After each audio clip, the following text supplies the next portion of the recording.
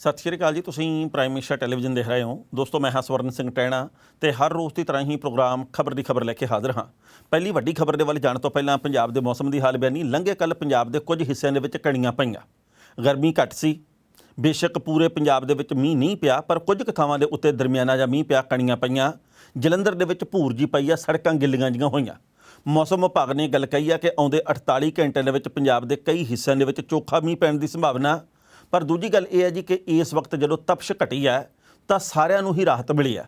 ਜਿਵੇਂ ਮੈਂ ਹਰ ਰੋਜ਼ ਗੱਲ ਦੱਸਦਾ ਕਿ ਜੀ ਪਾਵਰਕਾਮ ਡਿਪਾਰਟਮੈਂਟ ਨੂੰ ਆਮ ਲੋਕਾਂ ਤੋਂ ਵੀ ਵੱਧ ਰਾਹਤ ਮਿਲੀ ਹੈ, ਕਿਉਂਕਿ ਜਿਸ ਤਰੀਕੇ ਨਾਲ ਸਰਕਾਰ ਦਾ ਤੇ ਪਾਵਰਕਾਮ ਵਿਭਾਗ ਦਾ ਪੰਜਾਬ ਦੇ ਵਿੱਚ ਜਲੂਸ ਨਿਕਲ ਰਿਹਾ ਸੀ ਕਿ ਬਿਜਲੀ ਵੀ ਇਹਨਾਂ ਦੇ ਕੋਲੋਂ ਪੂਰੀ ਨਹੀਂ ਆ ਰਹੀ, ਤੇ ਉੱਦਾਂ ਕਹਿੰਦੇ ਵੀ ਸਾਡੇ ਕੋਲੇ ਬਹੁਤ ਵੱਡੇ ਪਾਵਰ ਪਲਾਂਟ ਆ, ਸਾਡੇ ਕੋਲੇ ਜੀ ਬਹੁਤ ਵੱਡੀ ਸਮਰੱਥਾ, ਸਾਡੇ ਕੋਲੇ ਬਿਜਲੀ ਤਾਪ ਘਰਾਂ ਦੇ ਵਿੱਚ ਕੋਈ ਬਿਜਲੀ ਦੀ ਕਿੱਲਤ ਹੀ ਹੈ ਨਹੀਂ ਗੀ। ਉਹਨੇ ਸਾਰਾ ਕੁਝ ਦੱਸ ਦਿੱਤਾ ਵੀ ਭਾਈ ਇਹ ਹਕੀਕਤਾਂ ਕੀ ਆ, ਬਿਜਲੀ ਦੇ ਲੰਮੇ ਲੰਮੇ ਕੱਟਾਂ ਨੇ, ਪਰ ਹੁਣ ਕੱਟਾਂ ਤੋਂ ਬਚਾ।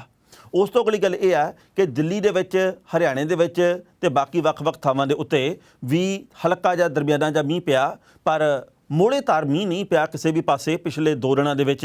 ਤੇ ਜੋ 24 ਘੰਟਿਆਂ ਦੇ ਵਿੱਚ ਹਰਿਆਣੇ ਦੇ ਵਿੱਚ ਤੇ ਦਿੱਲੀ ਦੇ ਵਿੱਚ ਤੇ 48 ਘੰਟਿਆਂ ਦੇ ਵਿੱਚ ਪੰਜਾਬ ਦੇ ਅੰਦਰ ਚੋਖਾ ਮੀਂਹ ਪੈਣ ਦੀ ਭਵਿੱਖਬਾਣੀ ਕੀਤੀ ਗਈ ਹੈ। ਇਹ ਕਿੰਨੀ ਕੁ ਸਹੀ ਸਾਬਤ ਹੁੰਦੀ ਹੈ, ਵਕਤ ਦੱਸੂਗਾ। ਪਹਿਲੀ ਵੱਡੀ ਖਬਰ ਕਿਸਾਨੀ ਅੰਦੋਲਨ ਦੇ ਨਾਲ ਸੰਬੰਧਿਤ ਹੈ, ਪਰ ਉਸ ਤੋਂ ਪਹਿਲਾਂ ਇੱਕ ਹੋਰ ਜਾਣਕਾਰੀ ਸਾਂਝੀ ਕਰਨੀ ਬਣਦੀ ਹੈ ਕਿ ਕਈ ਵਾਰ ਮੰਤਰੀ ਅਵੱਲੀਆਂ ਸਹੁੰਆਂ ਖਾਂਦੇ ਆ। ਵੈਸੇ ਤਾਂ ਪੰਜਾਬ ਦੇ ਵਿੱਚ ਵੀ ਸਹੁੰ ਖਾਣ ਦਾ ਇੱਕ ਟ੍ਰੈਂਡ ਹੈ। ਹੁਣ ਨਵਜੋਤ ਸਿੰਘ ਸਿੱਧੂ ਨੇ ਅਹਿਦ ਕੀਤਾ ਸ਼ਹੀਦਾਂ ਦੀ ਧਰਤੀ ਖਟਕੜ ਕਲਾਂ ਦੇ ਵਿੱਚ ਜਾ ਕੇ ਕਿ ਪੰਜਾਬ ਦਾ ਨਕਸ਼ ਸਵਾਰ ਦਿਆਂਗੇ। ਕਿਸੇ ਵੇਲੇ ਸਹੁੰ ਜਾ ਕੇ ਮਨਪ੍ਰੀਤ ਬਾਦਲ ਨੇ ਖਾਧੀ ਸੀ ਕਿ ਪੀਪਲਜ਼ ਪਾਰਟੀ ਆ ਪੰਜਾਬ ਆ ਜਿਹੜੀ ਇਹ ਕਮਾਲ ਕਰ ਲੂਗੀ ਤੇ ਪੰਜਾਬ ਦੀ ਤਕਦੀਰ ਬਦਲ ਦਿਆਂਗੇ। ਤੇ ਫਿਰ ਉਸ ਤੋਂ ਬਾਅਦ ਆਪਾਂ ਜਾਣਦੇ ਹਾਂ ਕੈਪਟਨ ਅਮਰਿੰਦਰ ਸਿੰਘ ਨੇ ਗੁਟਕਾ ਸਾਹਿਬ ਮੱਥੇ ਨੂੰ ਲਾ ਕੇ ਸਹੁੰ ਖਾਧੀ ਸੀ ਕਿ ਅਸੀਂ ਸਾਰਾ ਕੁਝ ਆ ਜਿਹੜਾ ਉਹ ਸਹੀ ਕਰ ਦਿਆਂਗੇ ਤੇ ਨਸ਼ਾ 4 ਹਫ਼ਤਿਆਂ ਦੇ ਵਿੱਚ ਅਸੀਂ ਖਤਮ ਕਰ ਦਿਆਂਗੇ। ਪਰ ਹੋਇਆ ਕੀ, ਇਹਦੇ ਬਾਬਤ ਆਪਾਂ ਸਾਰਾ ਕੁਝ ਜਾਣਦੇ ਹਾਂ। ਪਰ ਇਹ ਸਹੁੰਆਂ ਖਾਣ ਦਾ ਟ੍ਰੈਂਡ ਇਕੱਲਾ ਪੰਜਾਬ ਦੇ ਵਿੱਚ ਨਹੀਂ, ਯੂਪੀ ਦੇ ਵਿੱਚ ਵੀ ਹੈ। ਮਹੇਸ਼ ਗੁਪਤਾ ਨਾਂ ਦੇ ਇੱਕ ਉੱਥੋਂ ਦੇ ਯੂਪੀ ਦੇ ਕੈਬਨਿਟ ਮੰਤਰੀ ਆ, ਉਹਨਾਂ ਦੇ ਕੋਲੇ ਸ਼ਹਿਰੀ ਵਿਕਾਸ ਵਿਭਾਗ ਆ।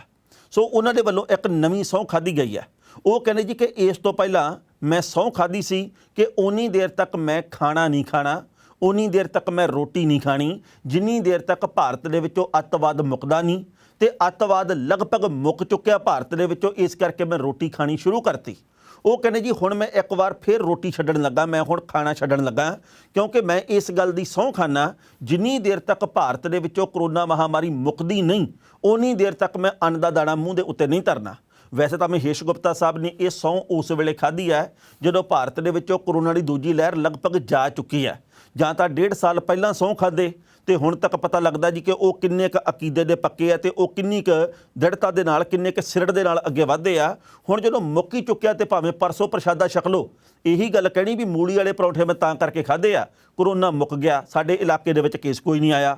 ਉਹ ਕਹਿੰਦੇ ਪਹਿਲਾਂ ਮੈਂ ਅੱਤਵਾਦ ਦਾ ਖਾਤਮਾ ਜਿੰਨਾ ਚਿਰ ਨਹੀਂ ਹੁੰਦਾ ਉਹਨਾਂ ਚਿਰ ਰੋਟੀ ਨਹੀਂ ਖਾਣੀ, ਇਸ ਗੱਲ ਦੀ ਸਹੁੰ ਖਾਧੀ ਸੀ। ਵੈਸੇ ਜਨਾਬ ਰੋਟੀ ਟੁੱਕ ਛਕੀ ਜਾਂਦੇ, ਸਾਨੂੰ ਇਤਰਾਜ਼ ਵੀ ਕੋਈ ਨਹੀਂ। ਰੋਟੀ ਹਰ ਬੰਦੇ ਨੂੰ ਖਾਣੀ ਚਾਹੀਦੀ ਹੈ, ਸਰੀਰ ਨੂੰ ਚੱਲਦਾ ਰੱਖਣ ਦੇ ਲਈ ਕੁਝ ਨਾ ਕੁਝ ਖਾਣਾ ਚਾਹੀਦਾ। ਸਰੀਰ ਦੇ ਅੰਦਰ ਕੁਝ ਜਾਊਗਾ ਤਾਂ ਅਸੀਂ ਫੁਰਤੀ ਦੇ ਨਾਲ, ਊਰਜਾ ਦੇ ਨਾਲ ਤੁਰਾ ਫਿਰਾਂਗੇ। ਪਰ ਅੱਜ ਵੀ ਅੱਤਵਾਦ ਦੀਆਂ ਖਬਰਾਂ ਆਉਂਦੀਆਂ ਕਿ ਫਲਾਣੀ ਥਾਂ ਦੇ ਉੱਤੇ ਅੱਤਵਾਦੀ ਹਮਲਾ ਹੋ ਗਿਆ, ਫਲਾਣੀ ਥਾਂ ਦੇ ਉੱਤੇ ਅੱਤਵਾਦੀ ਹਮਲੇ ਦੀ ਚੇਤਾਵਨੀ ਮਿਲੀ ਹੈ, ਫਲਾਣੀ ਥਾਂ ਦੇ ਉੱਤੇ ਆਹ ਹੋ ਗਿਆ, ਫਲਾਣੀ ਥਾਂ ਦੇ ਉੱਤੇ ਆਹ ਹੋ ਗਿਆ। ਖਬਰਾਂ ਹਾਲੇ ਵੀ ਘੱਟ ਜਾਂ ਵੱਧ ਆਉਂਦੀਆਂ, ਪਰ ਰੋਟੀ ਤਾਂ ਰੋਟੀ ਆ ਤੇ ਰੋਟੀ ਦੇ ਪਿੱਛੇ ਬੰਦਾ ਭੱਜਿਆ ਫਿਰਦਾ। ਜੇਕਰ ਮਹੇਸ਼ ਗੁਪਤਾ ਸਾਹਿਬ ਨੂੰ ਇਹ ਗੱਲ ਕਹੀ ਜਾਵੇ ਵੀ ਭਾਈ ਦੇਖੋ ਹਾਲੇ ਵੀ ਹਮਲੇ ਹੋਈ ਜਾਂਦੇ ਆ, ਹਾਲੇ ਵੀ ਅੱਤਵਾਦ ਹੈਗਾ, ਕਰੋਨਾ ਦੇ ਕਰਕੇ ਲੋਕਾਂ ਦੀ ਮੌਤ ਹਾਲੇ ਵੀ ਹੋ ਰਹੀ ਹੈ, ਹਾਲੇ ਵੀ ਕਦੇ 35,000 ਕਦੇ 40,000 ਕਦੇ 43,000 ਭਾਰਤ ਦੇ ਵਿੱਚ 24 ਘੰਟੇ 'ਚ ਨਵਾਂ ਕੇਸ ਆ ਜਾਂਦਾ ਕਰੋਨਾ ਦਾ। ਤੇ ਫਿਰ ਇਸ ਹਿਸਾਬ ਨਾਲ ਤਾਂ ਆਪਾਂ ਕਦੇ ਪ੍ਰਸ਼ਾਦਾ ਛਕਾਂਗੇ ਹੀ ਨਹੀਂ। ਪਰ ਆਪਾਂ ਨੂੰ ਸਹੁੰਆਂ ਉਹ ਪਾਉਣੀਆਂ ਚਾਹੀਦੀਆਂ ਜਿਹੜੀਆਂ ਪੁਗਾਈਆਂ ਜਾ ਸਕਣ। ਤੇ ਪੰਜਾਬ ਵਾਲਿਆਂ ਨੇ ਤਾਂ ਦੱਸ ਹੀ ਦਿੱਤਾ ਵੀ ਭਾਈ ਇਹ ਸਹੁੰਆਂ ਖਾ ਕੇ ਕਿੰਨੇ ਕੁ ਸਿਰੜ ਦੇ ਉੱਤੇ ਕਾਇਮ ਰਹਿੰਦੇ ਆ। ਝੂਠੀਆਂ ਸਹੁੰਆਂ ਪਾਉਣ ਦੇ ਵਿੱਚ ਤੇ ਸਹੁੰਆਂ ਪਾ ਕੇ ਤੇ ਲੋਕਾਂ ਦੀਆਂ ਭਾਵਨਾਵਾਂ ਨੂੰ ਆਪਣੇ ਨਾਲ ਜੋੜ ਕੇ ਤੇ ਆਪਣਾ ਰਾਹ ਪੱਧਰਾ ਕਰਨ ਦੇ ਵਿੱਚ ਪੰਜਾਬ ਦੇ ਨੇਤਾ ਤਾਂ ਮੁਹਾਰਤ ਹਾਸਲ ਕਰ ਗਏ ਆ। ਇਹ ਯੂਪੀ ਵਾਲਿਆਂ ਨੇ ਵੀ ਇਹ ਕੰਮ ਸ਼ੁਰੂ ਕੀਤਾ ਕਿਉਂਕਿ ਉੱਥੇ ਵੀ ਚੋਣਾਂ ਹੋਣੀਆਂ, ਪੰਜਾਬ ਦੇ ਨਾਲ ਹੀ ਯੂਪੀ ਦੇ ਵਿੱਚ ਵੀ ਚੋਣਾਂ ਹੋਣੀਆਂ। ਸੋ ਜੇਕਰ ਸਹੁੰਆਂ ਖਾ ਕੇ ਮਸਲੇ ਹੱਲ ਹੁੰਦੇ ਆ, ਇਸ ਤੋਂ ਸਸਤਾ ਕੁਝ ਨਹੀਂ ਮਿਲਣਾਗਾ। ਇਹਦੇ ਉੱਤੇ ਕਿਹੜਾ GST ਲੱਗਦੀ ਹੈ, ਪਰ ਉਹਦਾ ਸਹੁੰ ਦੀ ਮਰਿਆਦਾ ਜ਼ਰੂਰ ਰੱਖਣੀ ਚਾਹੀਦੀ ਹੈ। ਕਿਸੇ ਵੇਲੇ ਰੱਖਦੇ ਸੀ ਲੋਕ, ਅੱਜ ਨਹੀਂ। ਜਿਹੜੀ ਪਹਿਲੀ ਵੱਡੀ ਖਬਰ ਹੈ ਉਹ ਇਸ ਤਰੀਕੇ ਦੇ ਨਾਲ ਆ ਕਿ ਪ੍ਰਧਾਨ ਮੰਤਰੀ ਨਰਿੰਦਰ ਮੋਦੀ ਵੀ ਅਚੰਭਤ ਆ। ਕਹਿੰਦੇ ਆ ਕਿ ਨਰਿੰਦਰ ਸਿੰਘ ਤੋਮਰ ਆ ਜਿਹੜੇ, ਉਹ ਵੀ ਇਸ ਗੱਲ ਦੇ ਉੱਤੇ ਹੁਣ ਸਹਿਮਤੀ ਜੀ ਬਣਾਉਣ ਲੱਗੇ ਜੀ ਕਿ ਅਸੀਂ ਕਿਸਾਨੀ ਮਸਲਾ ਹੱਲ ਕਰਦੇ ਹਾਂ, ਮੀਟਿੰਗ ਕੇ ਲਈ ਹਮ ਤਿਆਰ ਬਰ ਤਿਆਰ ਹੈ। ਲੰਘੇ ਕੱਲ੍ਹ ਜਿਸ ਤਰੀਕੇ ਦੇ ਨਾਲ ਕਿਸਾਨ ਸੰਸਦ ਲੱਗੀ ਹੈ ਜੰਤਰ ਮੰਤਰ ਦੇ ਵਿੱਚ, ਜਿਸ ਤਰੀਕੇ ਦੇ ਨਾਲ ਉੱਥੇ ਕਿਸਾਨ 200 ਦੀ ਗਿਣਤੀ ਦੇ ਵਿੱਚ ਗਏ ਆ, ਬਲਵੀਰ ਸਿੰਘ ਰਾਜੇਵਾਲ ਹੋਰੀ ਵੀ ਉੱਥੇ ਪਹੁੰਚੇ ਆ ਤੇ ਉਹਨਾਂ ਨੇ ਇਹ ਜਾ ਕੇ ਦੱਸ ਦਿੱਤਾ ਜੀ ਕਿ ਅਸੀਂ ਤੁਹਾਨੂੰ ਬਾਹਰੋਂ ਇਦਾਂ ਪ੍ਰੈਸ਼ਰ ਪਾਉਂਦੇ ਆ, ਅੰਦਰੋਂ ਜਿਹੜੇ ਵੱਖ-ਵੱਖ ਵਿਰੋਧੀ ਪਾਰਟੀਆਂ ਦੇ ਆਗੂ ਪਾ ਰਹੇ ਆ ਘੱਟ ਜਾਂ ਵੱਧ, ਉਹਦੇ ਉੱਤੇ ਵੀ ਟਿੱਪਣੀ ਕੀਤੀ ਆ। ਪਰ ਲੰਘੇ ਕੱਲ੍ਹ ਜਦੋਂ ਸੰਸਦ ਦੇ ਵੱਲ ਕੂਚ ਕਰਨਾ ਸੀ ਤਾਂ ਪੁਲਿਸ ਨੇ ਠਿੱਠ ਬਹੁਤ ਕੀਤੇ ਕਿਸਾਨ, ਕਿਉਂਕਿ ਕਦੇ ਕਹਿੰਦੇ ਜੀ ਕਰੋਨਾ ਮਹਾਮਾਰੀ ਕਰਕੇ ਤੁਸੀਂ ਇਉਂ ਕਰੋ, ਕਦੇ ਕਹਿੰਦੇ ਜੀ ਗਲੀਆਂ ਦੇ ਵਿੱਚ ਨਹੀਂ ਲੈ ਕੇ ਜਾਣਾ, ਸਿੱਧੀ ਸੜਕ ਤੋਂ ਨਹੀਂ ਲੈ ਕੇ ਜਾਣਾ, ਕਦੇ ਕਹਿੰਦੇ ਜੀ ਆਹ ਹੋਣਾ ਚਾਹੀਦਾ, ਕਦੇ ਕਹਿੰਦੇ ਉਹ ਨਹੀਂ ਹੋਣਾ ਚਾਹੀਦਾ। ਕਿਸਾਨ ਉੱਥੇ ਉਲਝ ਗਏ। ਉਹ ਕਹਿੰਦੇ ਜੀ ਤੁਸੀਂ ਸਾਨੂੰ ਖੱਜਲ ਕਿਹੜੀ ਗੱਲੋਂ ਕਰ ਰਹੇ ਆ, ਤੁਹਾਡੀ ਇੱਛਾ ਇਹ ਹੈ ਵੀ ਪਾਰਲੀਮੈਂਟ ਦਾ ਸੈਸ਼ਨ ਅੱਠ ਨੇ 5-6 ਵਜੇ ਖਤਮ ਹੋ ਜਾਣਾ, ਅਸੀਂ ਉਨੀ ਦੇਰ ਤੱਕ ਗਲੀਆਂ ਦੇ ਵਿੱਚ ਹੀ ਰੁਲਦੇ ਫਿਰੀਏ ਤੇ ਉਦੋਂ ਤੱਕ ਅਸੀਂ ਪਹੁੰਚ ਗਏ ਜਦੋਂ ਤੱਕ ਸੈਸ਼ਨ ਖਤਮ ਹੋ ਜਾਂਦਾ ਤੇ ਇਦਾਂ ਅਸੀਂ ਹੋਣ ਨਹੀਂ ਦੇਣਾ। ਉਸ ਤੋਂ ਬਾਅਦ ਪੁਲਿਸ ਵੀ ਸਿੱਧੀ ਹੋ ਗਈ, ਗੱਡੀਆਂ ਪੰਜਾਂ ਦੇ ਵਿੱਚ ਬੱਸਾਂ ਦੇ ਵਿੱਚ ਬੈਠ ਕੇ ਕਿਸਾਨ ਗਏ ਆ। ਮੀਡੀਆ ਦੇ ਲਈ ਇੱਕ ਵੱਖਰੀ ਬੱਸ ਦਾ ਪ੍ਰਬੰਧ ਕੀਤਾ ਗਿਆ ਸੀ, ਐਸਕੌਰਟ ਕਰਕੇ ਪੁਲਿਸ ਆ ਜਿਹੜੀ ਲੈ ਕੇ ਗਈ ਹੈ ਤੇ ਪਤਾ ਲੱਗਾ ਜੀ ਕਿ ਅਰਧ ਸੁਰੱਖਿਆ ਵਾਲਾ ਜਿਹੜੇ ਉਹਨਾਂ ਦੀਆਂ 5 ਕੰਪਨੀਆਂ ਜਿਹੜੀਆਂ ਤਾਇਨਾਤ ਕੀਤੀਆਂ ਗਈਆਂ ਸੀ ਤਾਂ ਜੋ ਕਿਸਾਨ ਪਾਰਲੀਮੈਂਟ ਦੇ ਵੱਲ ਜਾ ਨਾ ਸਕਣ। ਜੰਤਰ ਮੰਤਰ ਦੇ ਚਰਚ ਵਾਲੇ ਪਾਸੇ ਕਿਸਾਨ ਸੰਸਦ ਲੱਗੀ ਸੀਗੀ, ਇੱਥੇ ਨੇਤਾਵਾਂ ਨੇ ਸੰਬੋਧਨ ਵੀ ਕੀਤਾ। ਇੱਥੇ ਇਹ ਵੀ ਗੱਲ ਕਹੀ ਹੈ ਕਿਸਾਨਾਂ ਨੇ ਕਿ ਜੀ ਅਸੀਂ ਬਰਦਾਸ਼ਤ ਨਹੀਂ ਕਰਾਂਗੇ ਇਸ ਗੱਲ ਨੂੰ ਕਿ ਪਾਰਲੀਮੈਂਟ ਦੇ ਵਿੱਚ ਬੈਠੇ ਕਈ ਵਿਰੋਧੀ ਪਾਰਟੀਆਂ ਦੇ ਰਾਜ ਸਭਾ ਦੇ ਤੇ ਲੋਕ ਸਭਾ ਦੇ ਮੈਂਬਰ ਹਾਲੇ ਵੀ ਘੁੰਨੇ ਜਿਹੇ ਬਣ ਕੇ ਬੈਠੇ ਆ। ਇਹਨਾਂ ਦੇ ਵੱਲੋਂ ਸ਼ਿੱਦਤ ਦੇ ਨਾਲ, ਦ੍ਰਿੜਤਾ ਦੇ ਨਾਲ, ਜੋਸ਼ ਦੇ ਨਾਲ, ਊਰਜਾ ਭਰਪੂਰ ਹੋ ਕੇ ਕਿਸਾਨੀ ਮਸਲਾ ਚੁੱਕਿਆ ਨਹੀਂ ਜਾ ਰਿਹਾ। ਫੇਰ ਨਾ ਕਿਉਂ ਜਿਵੇਂ ਅਸੀਂ ਬੀਜੇਪੀ ਦੇ ਵੱਖ-ਵੱਖ ਨੇਤਾਵਾਂ ਦਾ ਬਾਹਰ ਨਿਕਲਣਾ ਦੁੱਭਰ ਕੀਤਾ, ਤੁਹਾਡੇ ਨਾਲ ਵੀ ਇਹ ਕੁਝ ਹੋਊਗਾ। ਸੋ ਕਿਸਾਨਾਂ ਦੇ ਵੱਲੋਂ 5 ਵਜੇ ਤੋਂ ਬਾਅਦ ਵਾਪਸੀ ਕਰ ਲਈ ਗਈ ਹੈ, ਸਿੰਘੂ ਬਾਰਡਰ ਦੇ ਉੱਤੇ ਆ ਗਏ ਆ। ਹੁਣ ਅੱਜ ਫੇਰ ਜਾਣਗੇ, ਯਾਨੀ ਕਿ ਇਹ ਲਗਾਤਾਰ ਜਿੰਨੀ ਦੇਰ ਤੱਕ ਪਾਰਲੀਮੈਂਟ ਦਾ ਸੈਸ਼ਨ ਚੱਲਣਾ, ਹਰ ਰੋਜ਼ ਹਰ ਜਥੇਬੰਦੀ ਦੇ 5 ਕਿਸਾਨ ਜਾਇਆ ਕਰਨਗੇ, 40 ਜਥੇਬੰਦੀਆਂ ਦੇ 200 ਕਿਸਾਨ ਹਰ ਰੋਜ਼ ਉੱਥੇ ਜਾਇਆ ਕਰਨਗੇ। ਗਲ ਦੇ ਵਿੱਚ ਕਾਰਡ ਪਾਏ ਹੋਣਗੇ, ਉਹਨਾਂ ਦੇ ਕੋਲੇ ਆਧਾਰ ਕਾਰਡ ਹੋਣਗੇ ਤੇ ਪੁਲਿਸ ਪੂਰੀ ਤਲਾਸ਼ੀ ਲੈ ਕੇ ਹੀ ਉਹਨਾਂ ਨੂੰ ਅੱਗੇ ਵਧਣ ਦਿੰਦੀ ਹੈ। ਸੋ ਇਹ ਇੱਕ ਨਵਾਂ ਤਰੀਕਾ ਤੇ ਮੈਂ ਸੋਚਦਾ ਜੀ ਕਿ ਇਹ ਚਲੋ ਕੁਝ ਵੀ ਨਾ ਕਰਨ ਦੇ ਨਾਲੋਂ ਇੰਨਾ ਕੁਝ ਕਰਨਾ ਹੀ ਠੀਕ ਹੈ। ਬਹੁਤ ਸਾਰੇ ਲੋਕ ਇਹ ਗੱਲ ਕਹਿੰਦੇ ਆ 2 ਲੱਖ ਬੰਦਾ ਨਹੀਂ ਜਾ ਸਕਦੇ, ਇਹ 200 ਹੀ ਆ, ਇਹ ਤਾਂ ਜੀ ਡਰਾਮਾ ਕੀਤਾ ਜਾ ਰਿਹਾ। ਪਰ ਬੇਨਤੀ ਭਰਾਵੋ ਇਹ ਹੈ, ਪਹਿਲਾਂ ਵੀ ਆਪਾਂ ਬਿਨਾਂ ਕੁਝ ਸੋਚੇ ਸਮਝੇ 26 ਜਨਵਰੀ ਦਾ ਪ੍ਰੋਗਰਾਮ ਉਲੀਕਿਆ, ਉਹਦੇ ਵਿੱਚ ਸਰਕਾਰ ਨੇ ਤੇ ਏਜੰਸੀਆਂ ਨੇ ਆਪਣੇ ਬੰਦੇ ਵਾੜੇ ਤੇ ਅੰਦੋਲਨ ਬਦਨਾਮ ਹੋਇਆ, ਇਹਦੇ ਬਾਬਤ ਆਪਾਂ ਭੁੱਲੇ ਨਹੀਂ। ਬਲਵੀਰ ਸਿੰਘ ਰਾਜੇਵਾਲ ਦੇ ਨਾਲ ਮੇਰੀ ਕੱਲ੍ਹ ਗੱਲਬਾਤ ਹੋਈ ਲਗਭਗ ਸ਼ਾਮੀ 7 ਵਜੇ ਜਦੋਂ ਉਹ ਵਾਪਸ ਆ ਗਏ ਸੀਗੇ ਜੰਤਰ ਮੰਤਰ ਤੋਂ। ਉਹ ਕਹਿੰਦੇ ਜੀ ਲਿਜਾਣੇ ਬੰਦੇ ਅੱਜ ਵੀ ਔਖੇ ਨਹੀਂ, ਕਿਸਾਨ ਮਜ਼ਦੂਰ ਏਕਤਾ ਅੱਜ ਵੀ ਜ਼ਿੰਦਾਬਾਦ ਆ, ਅਸੀਂ ਅੱਜ ਵੀ ਜਿੰਨੇ ਮਰਜ਼ੀ ਬੰਦੇ ਲੈ ਜਾਈਏ। ਪਰ ਇਸ ਗੱਲ ਦਾ ਕੀ ਭਰੋਸਾ ਵੀ ਕਿਤੇ ਏਜੰਸੀਆਂ ਨੇ ਸਰਕਾਰ ਨੇ ਆਪਦੇ ਬੰਦੇ ਵਾੜਤੇ ਤੇ ਫਿਰ ਤਾਂ ਸਾਡਾ ਅੰਦੋਲਨ ਬਿਲਕੁਲ ਹੀ ਖਤਮ ਹੋ ਜਾਣਾ। ਇਹਨਾਂ ਨੇ ਤਾਂ ਪਹਿਲਾਂ ਸਾਨੂੰ ਬਦਨਾਮ ਕਰਨ ਦੀ ਕਸਰ ਨਹੀਂ ਬਾਕੀ ਛੱਡੀ। ਹੁਣ ਕੱਲੀ ਜਥੇਬੰਦੀ ਨੂੰ ਇਸ ਗੱਲ ਦਾ ਪਤਾ ਵੀ ਸਾਡੇ 5 ਕਿਸਾਨ ਕਿਹੜੇ ਚੱਲੇ ਆ, ਉਹਨਾਂ ਦੇ ਆਧਾਰ ਕਾਰਡ, ਉਹਨਾਂ ਦੇ ਪਛਾਣ ਪੱਤਰ ਸਾਡੇ ਕੋਲ ਆ, ਉਹਨਾਂ ਦੇ ਕੋਲ ਵੀ ਇੱਕ ਕਾਪੀ ਹੈਗੀ ਆ। ਸੋ ਮੈਂ ਸੋਚਦਾ ਜੀ ਕਿ ਇਹ ਇੱਕ ਉਦਮ ਠੀਕ ਹੈ, ਆਪਾਂ ਬੇਲਗਾਮ ਹੋ ਕੇ ਜਾਈਏ, ਉਹਦੇ ਨਾਲੋਂ ਜ਼ਾਬਤੇ ਦੇ ਵਿੱਚ ਰਹਿ ਕੇ ਬਹੁਤ ਹੀ ਸੁਹਿਰਦਤਾ ਦੇ ਨਾਲ, ਬਹੁਤ ਹੀ ਸੰਜੀਦਗੀ ਦੇ ਨਾਲ ਅੱਗੇ ਵਧਣਾ ਚਾਹੀਦਾ। ਤੇ ਜਿਸ ਤਰੀਕੇ ਦੇ ਨਾਲ ਸਰਕਾਰਾਂ ਦੀਆਂ ਤੇ ਏਜੰਸੀਆਂ ਦੀਆਂ ਨਜ਼ਰਾਂ ਟਿਕੀਆਂ ਹੋਈਆਂ, ਉਹਨਾਂ ਨੂੰ ਸਮਝ ਕੇ ਫਿਰ ਅੱਗੇ ਪੈਰ ਪੁੱਟਣਾ ਚਾਹੀਦਾ। ਪਹਿਲਾਂ ਇਸ ਰਿਪੋਰਟ ਦਾ ਵੇਰਵਾ ਕਿ ਨਰਿੰਦਰ ਸਿੰਘ ਤੋਮਰ ਨੇ ਲੰਘੇ ਕੱਲ੍ਹ ਕਿਹੜੀ ਗੱਲ ਕਹੀ ਹੈ ਤੇ ਬਾਅਦ ਵਿੱਚ ਕਰਾਂਗੇ ਟਿੱਪਣੀ। ਜੰਤਰ ਮੰਤਰ ਦੇ ਵਿੱਚ ਚੱਲ ਰਹੇ ਕਿਸਾਨਾਂ ਦੇ ਵਿਰੋਧ ਪ੍ਰਦਰਸ਼ਨ ਦੌਰਾਨ ਕੇਂਦਰੀ ਖੇਤੀਬਾੜੀ ਮੰਤਰੀ ਤੋਮਰ ਨੇ ਲੰਘੇ ਕੱਲ੍ਹ ਕਿਹਾ ਕਿ ਸਰਕਾਰ ਕਿਸਾਨਾਂ ਨਾਲ ਗੱਲਬਾਤ ਕਰਨ ਵਾਸਤੇ ਤਿਆਰ ਹੈ ਜੇ ਉਹ ਇਹ ਦੱਸਦੇ ਨੇ ਕਿ 3 ਕਾਨੂੰਨਾਂ ਦੇ ਵਿੱਚ ਕਿਹੜੀਆਂ ਵਿਸ਼ੇਸ਼ ਵਿਵਸਥਾਵਾਂ ਦੇ ਉੱਤੇ ਉਹਨਾਂ ਨੂੰ ਇਤਰਾਜ਼ ਹੈ। ਜੰਤਰ ਮੰਤਰ ਤੇ 200 ਕਿਸਾਨਾਂ ਦੇ ਧਰਨੇ ਦੇ ਚੱਲਦਿਆਂ ਤੋਮਰ ਨੇ ਕਿਹਾ ਅੱਜ ਵੀ ਜੇ ਉਹ ਸਾਨੂੰ ਦੱਸ ਦਿੰਦੇ ਨੇ ਕਿ ਉਹਨਾਂ ਨੂੰ 3 ਖੇਤੀ ਕਾਨੂੰਨਾਂ ਦੀ ਕਿਸ ਵਿਸ਼ੇਸ਼ ਵਿਵਸਥਾ ਦੇ ਉੱਤੇ ਇਤਰਾਜ਼ ਹੈ ਤਾਂ ਅਸੀਂ ਉਹਨਾਂ ਮੁੱਦਿਆਂ ਦੇ ਉੱਤੇ ਕਿਸਾਨਾਂ ਨਾਲ ਗੱਲਬਾਤ ਕਰਨ ਨੂੰ ਤਿਆਰ ਹਾਂ। ਤੋਮਰ ਨੇ ਸੰਸਦ ਦੇ ਬਾਹਰ ਬੋਲਦਿਆਂ ਕਿਹਾ ਦੇਸ਼ ਗਵਾਹ ਕਿ ਕਾਨੂੰਨ ਕਿਸਾਨ ਪੱਖੀ ਨੇ ਤੇ ਉਹਨਾਂ ਵਾਸਤੇ ਫਾਇਦੇਮੰਦ ਵੀ। ਤੋਮਰ ਪਹਿਲਾਂ ਵੀ ਇਸ ਤੋਂ ਕਈ ਵਾਰ ਕਿਸਾਨਾਂ ਨੂੰ ਸੱਦਾ ਦੇ ਚੁੱਕੇ ਨੇ। ਹਾਲ ਹੀ ਵਿੱਚ ਉਹਨਾਂ ਨੇ ਸੰਸਦ ਨੂੰ ਕਿਹਾ ਸੀ ਕਿ ਕਿਸਾਨ ਯੂਨੀਅਨਾਂ ਨੂੰ 3 ਖੇਤੀ ਕਾਨੂੰਨ ਰੱਦ ਕਰਨ ਦੇ ਉੱਤੇ ਜ਼ੋਰ ਦੇਣ ਦੀ ਬਜਾਏ ਕਾਨੂੰਨਾਂ ਦੀਆਂ ਧਾਰਾਵਾਂ ਬਾਰੇ ਆਪਣੀਆਂ ਚਿੰਤਾਵਾਂ ਤੇ ਖਦਸ਼ਿਆਂ ਬਾਰੇ ਗੱਲ ਕਰਨੀ ਚਾਹੀਦੀ ਹੈ ਤਾਂ ਜੋ ਉਹਨਾਂ ਦਾ ਹੱਲ ਕੱਢਿਆ ਜਾ ਸਕੇ। ਇਸ ਖਬਰ ਦੇ ਉੱਤੇ ਟਿੱਪਣੀ ਕਰ ਰਿਹਾ ਦੋਸਤੋ, ਪਹਿਲੀ ਗੱਲ ਤਾਂ ਅਸੀਂ ਕਹਾਂਗੇ ਨਰਿੰਦਰ ਸਿੰਘ ਤੋਮਰ ਉਹੀ ਗੱਲ ਕਰਦੇ ਕਿ ਮੁੜਕੜ ਖੋਤੀ ਬੋਰਡ ਥੱਲੇ। ਮੈਨੂੰ ਹੈਰਾਨੀ ਹੁੰਦੀ ਹੈ ਇਸ ਗੱਲ ਦੇ ਉੱਤੇ ਵੀ ਉਹ ਇਸ ਗੱਲ ਨੂੰ ਸਮਝਦੇ ਕਿਉਂ ਨਹੀਂ ਕਿ 11 ਵਾਰ ਮੀਟਿੰਗ ਹੋਈ ਹੈ ਤੇ 11 ਵਾਰ ਦੇ ਵਿੱਚੋਂ 5 ਤੋਂ ਲੈ ਕੇ 6 ਵਾਰ ਤੱਕ ਕਿਸਾਨਾਂ ਨੇ ਕੱਲੇ ਕਲੌਜ਼ ਦੇ ਉੱਤੇ ਚਰਚਾ ਕੀਤੀ ਹੈ। ਜੇਕਰ ਉਹਨਾਂ ਨੂੰ ਇਹ ਲੱਗਦਾ ਕਿ ਕਿਸਾਨਾਂ ਨੂੰ ਪਤਾ ਹੀ ਨਹੀਂ, ਸਮਝ ਹੀ ਨਹੀਂ ਖੇਤੀ ਕਾਨੂੰਨ ਦੇ ਵਿੱਚ ਫਾਇਦੇ ਕੀ ਆ ਤੇ ਉਹਨਾਂ ਨੂੰ ਐਵੇਂ ਲੱਗੀ ਜਾਂਦਾ ਜੀ ਕਿ ਇਹ ਤਾਂ ਖੇਤੀ ਕਾਨੂੰਨ ਨੁਕਸਾਨਦਾਇਕ ਆ, 12ਵੀਂ ਮੀਟਿੰਗ ਰੱਖ ਲੈਣੀ ਚਾਹੀਦੀ ਹੈ, ਲਾਈਵ TV ਚੈਨਲਾਂ ਦੇ ਉੱਤੇ ਚੱਲਣੀ ਚਾਹੀਦੀ ਹੈ, ਸੋਸ਼ਲ ਮੀਡੀਆ ਦੇ ਉੱਤੇ ਹੋਣੀ ਚਾਹੀਦੀ ਹੈ, ਕਿਸਾਨਾਂ ਨੂੰ ਕੱਲੇ ਕਲੌਜ਼ ਬਾਰੇ ਫਿਰ ਦੱਸ ਦੇਣਾ ਚਾਹੀਦਾ ਕੇਂਦਰ ਦੀ ਸਰਕਾਰ ਨੂੰ ਤੇ ਕੇਂਦਰ ਦੀ ਸਰਕਾਰ ਦੱਸੇ ਜੀ ਕਿ ਇਹ ਕਲੌਜ਼ ਸਹੀ ਆ, ਤੁਸੀਂ ਐਵੇਂ ਗਲਤ ਮੰਨੀ ਬੈਠੇ ਆ। ਦੇਸ਼ ਨੂੰ, ਦੁਨੀਆ ਨੂੰ ਪਤਾ ਲੱਗੇ ਜੀ ਕਿ ਕੇਂਦਰ ਦੀ ਸਰਕਾਰ ਕਿੰਨੀ ਕੁ ਸੱਚੀ ਹੈ। ਤੋਮਰ ਸਾਹਿਬ ਤਾਂ ਇਹ ਗੱਲ ਕਹਿ ਕੇ ਪੱਲਾ ਝਾੜ ਲੈਂਦੇ ਆ ਕਿ ਬਾਤਚੀਤ ਕਰਨੇ ਕੋ ਤਾਂ ਤਿਆਰ ਹੈ, मगर किसान ये बताएं कि इसमें गलत क्या है। तो गलत भी तो मीटिंग तो बाद ही पता लगना। जेकर हुण किसान ये गल कहण कि जी असीं तां इन्हां गल्लां दे उत्ते इस क्लॉज दे उत्ते चर्चा करनी है, चिट्ठी पा के गल कहण, ये कहण जी इहो जी तां गल ही कोई नहीं गी, तुसीं कोई होर विशा दसो, आपां उहदे ते गल करदे आ, होर मदद दे उत्ते गल करदे आ, इदां गलबात सिरे नहीं चढ़दी गी। सो गल कहण दा भाव यह है कि इस वक्त केंद्र की सरकार ने चुप भी वट्टी हुई है, अणगहली भी की जा रही है तो अणदेखी भी की जा रही है।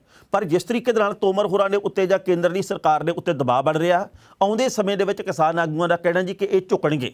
लंघे कल मैनूं ज़ाती तौर पर बहुत दुख होया, मीनाक्षी लेखी जिहड़े कि हुणे हुणे मंत्री मंडल दे विच शामिल होए आ, वो कहने जी ये तां मवाली लोग आ, ये किसान नहीं। मवाली तो भाव हुल्लड़बाज, मवाली तो भाव टपोरी किस्म के लोग आ, इन्हां नूं टपोरी कहा जा रहा, इन्हां किसानां नूं मवाली कहा जा रहा। तो हाले ये गल कहंदे आ कि हम तो किसानों के साथ बातचीत करने के लिए तैयार हैं, तुसीं मवालियां दे नाल टपोरियां दे नाल गलबात करन नूं तैयार है। इहदा मतलब ये है। सो शब्दां दी मर्यादा नूं समझ ही नहीं सकी बीजेपी, ते इन्हां ने माड़े बोलां दे करके किसानां दे अंदर गुस्सा पहिलां नालों भी वध भड़किया होया।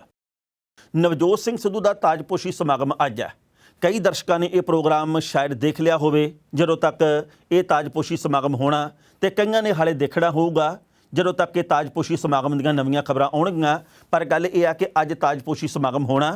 कैप्टन अमरिंदर सिंह दे वल्लों पहलां इस गल की जिद की गई सी कि सिद्धू जनतक तौर दे उत्ते कीते गए ट्वीटां दे बदले माफ़ी मंगण, फिर मैं उहदे नाल मुलाकात कर सकदा। पर हुण कैप्टन साहब ने बिल्कुल मोड़ कट लिया, कूणी मोड़ कट्टिया उन्होंने, क्योंकि उन्होंने वालों एक खबर आ गई है कि वो भी अज वाले ताजपोशी समागम के हिस्सा लैणगे। ये सारा कुछ अचानक किवें हो गया? कैप्टन साहब तो किसी ने माफ़ी नहीं मंगी, सिद्धू होरी जाके मिले नहीं। आखिर वो किहड़ी शख्सियत है जिहदे करके कैप्टन अमरिंदर सिंह नूं अपनी जिद छड्डनी पई है? भरोसेयोग सूत्रे गल दसदे आ कि प्रियंका गांधी ने फोन किया कैप्टन अमरिंदर सिंह नूं, ये गल कही है भी जेकर तुसीं ना गए तो फिर बहुत वड्डे पद्धर दे उत्ते पार्टी का नुकसान हो सकता है, फिर पार्टी के बाबत बहुत गलत सुनीहा जा सकता है, इस करके तुसीं जाओ। पर कैप्टन अमरिंदर सिंह ने गल कही है कि मैं जाऊँगा भी जरूर, पर 10 वजे उन्होंने पता लगा जी कि पंजाब भवन दे विच एक मीटिंग रखी है विधायकों के नाल ते मंत्रियों के नाल चाह की प्याली साझी करने दे लई। उस तो बाद हरीश रावत होरी उन्होंने कांग्रेस भवन दे विच लैके जाणगे जिथे सिद्धू नूं कुर्सी के उत्ते बिठाया जाना। हुण सवाल ये पैदा हुंदा कि की एक दिन दे विच जां रातों रात कैप्टन साहब ने ना तो जिहड़ी हाँ करती है, इहदे नाल दिलां दीयां दूरियां खत्म हो जाणगीਆਂ? कि पंजाब कांग्रेस सही तरीके नाल अगे वधू, जां फिर हाईकमान ने यह गल समझाई है कैप्टन अमरिंदर सिंह नूं भी तुसीं मुख मंत्री हो, अपना काम काज करो। पहलां भी तो सुनील जाखड़ होरी प्रधान सी ही, तुहाडे काम दे विच किन्ना क दखल दिता, हुण भी दखल नहीं दिता जाऊगा। शायद कोई इहो जी शर्त होई होवे, पर इस वक्त की वड्डी खबर तो यही है भी कैप्टन अमरिंदर सिंह ताजपोशी समागम दे विच भी जाणगे ते उन्हां दे वल्लों उत्थे जाके शायद आशीर्वाद भी दिता जावे। लंघे कल चारे कार्यकारी प्रधान जिहड़े बनाए गए आ, वो सद्दा पत्तर लैके ते कैप्टन साहब के घर दे विच गए सीगे। उत्थे कैप्टन साहब ने पता लगा जी कि सहमति प्रगटाई है। पहलां इस रिपोर्ट का वेरवा तो फिर करांगे टिप्पणी। कैप्टन अमरिंदर सिंह नूं खुद कांग्रेस की जनरल सकत्तर प्रियंका गांधी वाड्रा ने फोन के उत्ते गलबात की ते आखिरकार सस्पेंस खत्म हो गया। कैप्टन अमरिंदर सिंह सिद्धू के ताजपोशी समागम के शामिल होणगे, इस बाबत रस्मी तौर के उत्ते ऐलान कैप्टन के सलाहकार ने खुद ट्विटर के उत्ते कीता। अमरिंदर सिंह ने अज सवेरे 10 बजे सारे विधायकों ते संसद मैंबरों नूं चाह ते बुलाया ते इस तो बाद वो सूबा कांग्रेस के दफ्तर में जाणगे। ये सब किवें संभव होया? सवाल ये है क्योंकि 2 दिन पहला ट्वीट आया सी कि जिन्नी देर तक सिद्धू जनतक तौर के उत्ते माफ़ी नहीं मंगते उन्नी देर तक कैप्टन अमरिंदर सिंह सिद्धू नूं नहीं मिलणगे। पर हुण वो प्रियंका गांधी के फोन तो बाद अपने विचार बदल बैठे ने। इत्थे भी दसना बनता है कि इस वक्त पंजाब कांग्रेस के विच 2 धड़े बने हुए हैं ते लंघे कल ये भी खबर आई सी कि CID के कुछ अधिकारी उन्हां विधायकों ते मंत्रियों दीयां सूचियां बना रहे हैं जिहड़े कि इस वक्त नवजोत सिंह सिद्धू दे नाल लग के तुरे फिरदे ने। इन्हां विचों कुछ विधायकों के उत्ते नशिਆਂ ਦੇ मामले ते कुछ दे उत्ते रेत की कालाबाजारी करने के दोष समय समय के उत्ते लगे ने ते भरोसेयोग सूत्रां दा यह कहना कि आउंदे समय दे विच उन्हां विधायकों जिहड़े कि कैप्टन अमरिंदर सिंह नूं छड्ड के ते दूजे पाले दे विच फिरदे ने उन्हां दे नाल सख्ती भी वरती जा सकती है। इस खबर के उत्ते टिप्पणी करदे दोस्तों पहली गल तां असीं कहांगे जिस तरीके दे नाल नवजोत सिंह सिद्धू दे वल्लों शक्ति प्रदर्शन किया जा रहा, ये शक्ति प्रदर्शन तो बाद गल बिल्कुल साफ है कि आउंदे समय दे विच कैप्टन अमरिंदर सिंह दी थां दे उत्ते शायद सिद्धू नूं अगे कर दिता जावे। पर यह भी नहीं गल कह सकते भी कैप्टन अमरिंदर सिंह चुप करके बैठ जाणगे भी चलो जिवें कहंदे आपां उवें कर लैंदे आ। उन्होंने भी कुछ ना कुछ तो करके दिखाउणा, उन्होंने भी भावें विरोध के रूप दे विच होवे भावें झटका देण दी गल होवे, कुछ ना कुछ तो उन्होंने भी करना बिना किसी शक दे ਤੇ ਪੂਰੀ ਨਿਰਪੱਖਤਾ ਦੇ ਨਾਲ ਇਹ ਗੱਲ ਕਹਿਣੀ ਬਣਦੀ ਆ ਕਿ ਕਾਂਗਰਸ ਦੀ ਸਰਕਾਰ ਨੇ ਲੋਕਾਂ ਨੂੰ ਤਲੀ ਦੇ ਉੱਤੇ ਸਰੋਂ ਜਮਾ ਕੇ ਨਹੀਂ ਦਿਖਾਈ। ਲੋਕਾਂ ਦੇ ਮਸਲੇ ਸਾਰੇ ਦੇ ਸਾਰੇ ਉਵੇਂ ਖੜੇ ਆ। ਭਾਵੇਂ ਸਰਕਾਰ ਕਹੀ ਜਾਵੇ ਜੀ ਕਿ 85% ਵਾਅਦੇ ਪੂਰੇ ਕਰਤੇ, ਜੇ ਆਪਾਂ ਕਾਗਜ਼ਾਂ ਨਾਲ ਢਿੱਡ ਭਰਨ ਦੀ ਖਾਤਰ ਹੀ ਵਾਅਦੇ ਪੂਰੇ ਦੱਸਣੇ ਆ ਤੇ ਫਿਰ ਆਪਾਂ ਕਹੋ ਜੀ 100 ਦੇ ਵਿੱਚੋਂ 105% ਕਰਤੇ, ਫਿਰ ਕੀ ਫਰਕ ਪੈਂਦਾ। ਸੋ ਇਸ ਕਰਕੇ ਲੋਕਾਂ ਦੀ ਮੰਗ ਇਹ ਆ ਵੀ ਭਾਵੇਂ ਮਹੀਨੇ 6 ਰਹਿ ਗਏ ਆ ਤੇ ਭਾਵੇਂ ਪ੍ਰਧਾਨ ਸਿੱਧੂ ਹੋਰੀ ਬਣ ਗਏ ਆ ਤੇ ਭਾਵੇਂ ਵਜ਼ਾਰਤ ਦੇ ਵਿੱਚ ਫੇਰ ਬਦਲ ਹੁੰਦਾ ਤੇ ਭਾਵੇਂ ਨਹੀਂ ਹੁੰਦਾ, ਪਰ ਸਾਡੇ ਮਸਲਿਆਂ ਦਾ ਹੱਲ ਕਿੱਥੇ ਆ। ਪੰਜਾਬ ਦੇ ਲੋਕ, ਮੈਂ ਇਹ ਨਹੀਂ ਗੱਲ ਕਹਿੰਦਾ ਵੀ ਭਾਈ 100% ਦੀ ਸਿਆਣਪ ਦੇ ਨਾਲ ਹੀ ਅਗਲੀ ਗੱਲ ਕਰਨਗੇ, ਕਿਉਂਕਿ ਇਸ ਵਕਤ ਵੀ ਜਿਹੜੇ ਝੰਡੀ ਚੱਕ ਕੇ ਕੋਈ ਇੱਧਰ ਨੂੰ ਤੁਰਿਆ ਫਿਰਦਾ, ਕੋਈ ਇੱਧਰ ਨੂੰ ਤੁਰਿਆ ਫਿਰਦਾ, ਇਹ ਕੋਈ ਸਿਆਣਪ ਦੀ ਨਿਸ਼ਾਨੀ ਤਾਂ ਹੈ ਨਹੀਂ। ਪਰ ਜਿਹੜੇ ਕੁਝ ਕੁ ਲੋਕ ਸੁਹਿਰਦਾ ਉਹ ਇਹ ਚਾਹੁੰਦੇ ਜੀ ਕਿ ਪੰਜਾਬ ਦੇ ਮੁੱਦਿਆਂ ਦੀ ਗੱਲ ਚੱਲੇ। ਕੌਣ ਪ੍ਰਧਾਨ ਬਣ ਗਿਆ, ਕੌਣ ਲੈ ਗਿਆ, ਕਿਹਦਾ ਕੀ ਬਣੂ, ਕਿਹਦਾ ਕੀ ਬਣੂ, ਆਪਾਂ ਇਸ ਗੱਲ ਦੀ ਚਰਚਾ ਨਾ ਕਰੀਏ। ਮੈਨੂੰ ਹੈਰਾਨੀ ਹੋਈ ਇਸ ਗੱਲ ਦੇ ਉੱਤੇ। ਲੰਘੇ ਕੱਲ੍ਹ ਰਾਤ ਦੇ ਵੇਲੇ ਪਟਿਆਲੇ ਦੇ ਵਿੱਚ ਕੈਪਟਨ ਅਮਰਿੰਦਰ ਸਿੰਘ ਦੇ ਪੋਸਟਰਾਂ ਦੇ ਉੱਤੇ ਕਾਲਖ ਮਿਲਤੀ। ਬਾਕੀ ਜਿਹੜੇ ਨੇਤਾ ਕਾਂਗਰਸ ਦੇ ਉਹਨਾਂ ਦੇ ਮੂੰਹ ਕਾਲੇ ਕਰ ਦਿੱਤੇ ਗਏ ਪੋਸਟਰਾਂ ਦੇ ਉੱਤੇ, ਤੇ ਹੁਣ ਪੁਲਿਸ ਉਹਨਾਂ ਲੋਕਾਂ ਨੂੰ ਫੜਨ ਦੇ ਲਈ ਕੋਸ਼ਿਸ਼ਾਂ ਕਰ ਰਹੀ ਹੈ ਵੀ ਇਹ ਸਾਰਾ ਕੁਝ ਕੌਣ ਕਰ ਗਏ।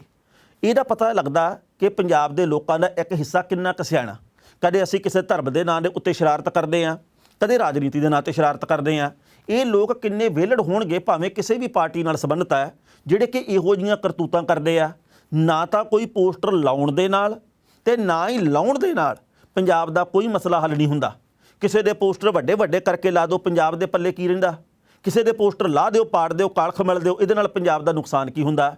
ਪੰਜਾਬ ਜਿੰਨਾ ਕੁ ਨੁਕਸਾਨਿਆ ਜਾ ਚੁੱਕਿਆ, ਇਹਦੀ ਭਰਪਾਈ ਪੋਸਟਰਾਂ ਦੇ ਨਾਲ ਨਹੀਂ ਹੁੰਦੀ, ਇਹਦੀ ਭਰਪਾਈ ਨਾਅਰੇਬਾਜ਼ੀ ਕਰਨ ਨਾਲ ਨਹੀਂ ਹੁੰਦੀ ਵੀ ਮਗਰ ਨਾਅਰੇ ਲਾ ਦਿਓ ਜ਼ਿੰਦਾਬਾਦ ਦੇ। ਇੱਦਾਂ ਨਹੀਂ ਹੁੰਦਾਗਾ। ਝੰਡੀ ਚੱਕ ਕੇ ਉਧਰ ਨੂੰ ਫੁਰਰ ਕਰਕੇ ਤੁਰ ਗਏ, ਇੱਧਰ ਨੂੰ ਤੁਰ ਗਏ, ਇਹਦੇ ਨਾਲ ਫਰਕ ਨਹੀਂ ਪੈਂਦਾ। ਪੰਜਾਬ ਦੇ ਲੋਕਾਂ ਨੂੰ ਸੁਹਿਰਦ ਹੋਣਾ ਪਊਗਾ। ਉੱਦਾਂ ਜਿਹੜੇ ਇਹ ਖੋਖਲੀ ਬੁੱਧੀ ਦੇ ਮਾਲਕ ਆ, ਇਹ ਵੀ ਕਹਿੰਦੇ ਹੁਣੇ ਪੰਜਾਬ ਦਾ ਭਲਾ ਪਤਾ ਨਹੀਂ ਕਦੋਂ ਹੋਣਾ, ਤੇ ਇਹ ਨਹੀਂ ਪਤਾ ਵੀ ਜਿਹੜੀ ਆਪਾਂ ਹੁਣੇ ਕਰਤੂਤ ਕਰਕੇ ਆਏ ਇਹਦੇ ਵਿੱਚ ਪੰਜਾਬ ਦਾ ਭਲਾ ਕਿਹੜਾ ਲੁਕਿਆ ਸੀਗਾ। ਸੋ ਲੋੜ ਇਸ ਵਕਤ ਸਿਆਣੇ ਬਣਨ ਦੀ ਆ, ਹਰ ਕਿਸੇ ਨੂੰ ਸਿਆਣੇ ਬਣਨ ਦੀ ਆ।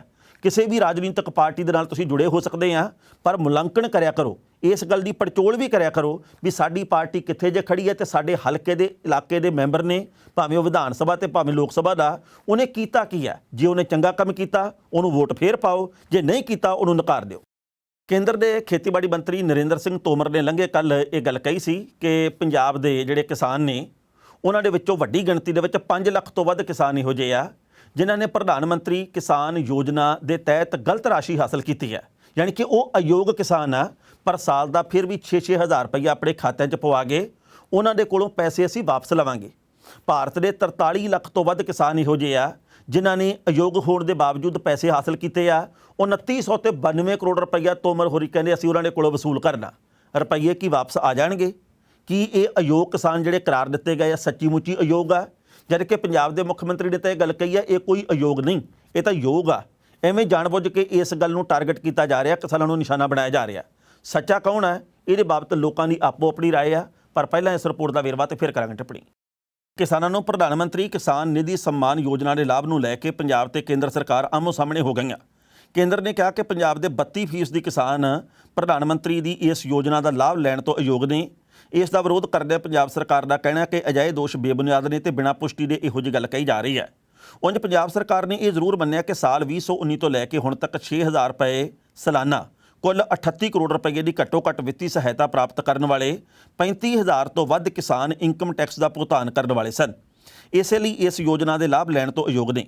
ਸੂਬਾ ਸਰਕਾਰ ਦਾ ਕਹਿਣਾ ਕਿ ਬਾਕੀ ਰਹਿੰਦੇ ਜਿਹੜੇ 5,27,000 ਲਾਭਪਾਤਰੀਆਂ ਨੂੰ 8 ਕਿਸ਼ਤਾਂ ਰਾਹੀਂ 400 ਕਰੋੜ ਮਿਲ ਚੁੱਕੇ ਨੇ, ਉਹਨਾਂ ਦੀ ਪੁਸ਼ਟੀ ਹੋਣੀ ਹਾਲੇ ਬਾਕੀ ਹੈ।